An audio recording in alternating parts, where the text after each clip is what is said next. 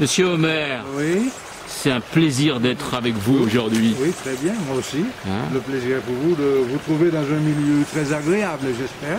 Tout à Donc, fait, c'est fantastique. Avec la présence de l'eau, là, qui nous apporte beaucoup d'oxygène et pas mal aussi de bonnes choses.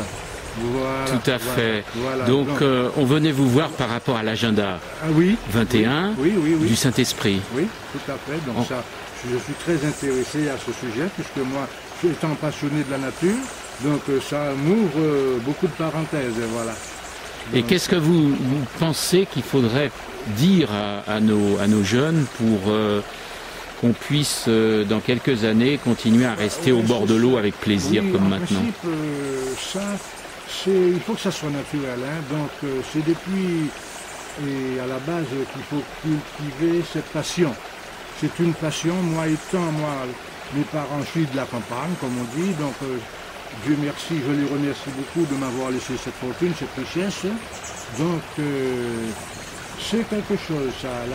Et la nature en elle-même, c'est quelque chose d'agréable, ça n'a pas de prix. Ça n'a pas de prix, donc si les jeunes de maintenant pouvaient un peu s'attirer un petit peu vers la nature, ce serait très très très agréable et en plus de recevoir de l'oxygène pour pouvoir respirer à d'autres branches que la branche dont elles ont maintenant. C'est quoi la branche qu'on a? C'est-à-dire, c'est la mauvaise pente. La mauvaise pente, comme je parle au sens figuré, bon, mais on se comprend quand même, hein, la mauvaise pente, de se remettre un petit peu en question et puis de prendre une branche un peu plus dynamique qui, dans la nature, là, je pense que quand même ce serait une bonne chose. D'accord. Alors vous avez vu qu'il y a 3 ateliers. Il y a entreprendre Oui. et travailler au Saint-Esprit. Oui, oui. Il y a vivre aussi, au Saint-Esprit et il y a protéger sa biodiversité. Alors comment vous voyez ces 3? Déjà, en protégeant la biodiversité, c'est-à-dire, comme la base déjà, c'est déjà avoir de l'amour pour la nature. Ce qui veut dire, bon, quel que soit même un arbre, ce qu'on a près de chez soi, c'est toujours de l'entretenir, des fleurs. Ça fait déjà partie de la nature.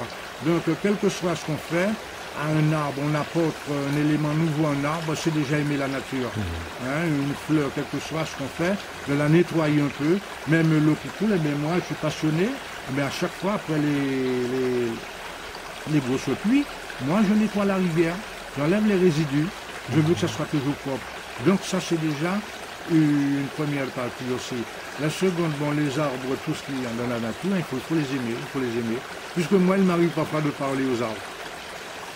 Et vivre ensemble alors, en quoi ça peut apporter quelque chose d'utile? On se comprend, on partage, c'est ça, on apporte, et là on apprend à s'aimer. Ouais. D'accord. Voilà. Oui. Donc on peut compter sur vous à la réunion de l'agenda? Pourquoi pas, mais ça porte toujours, c'est du nouveau, ça porte toujours en plus.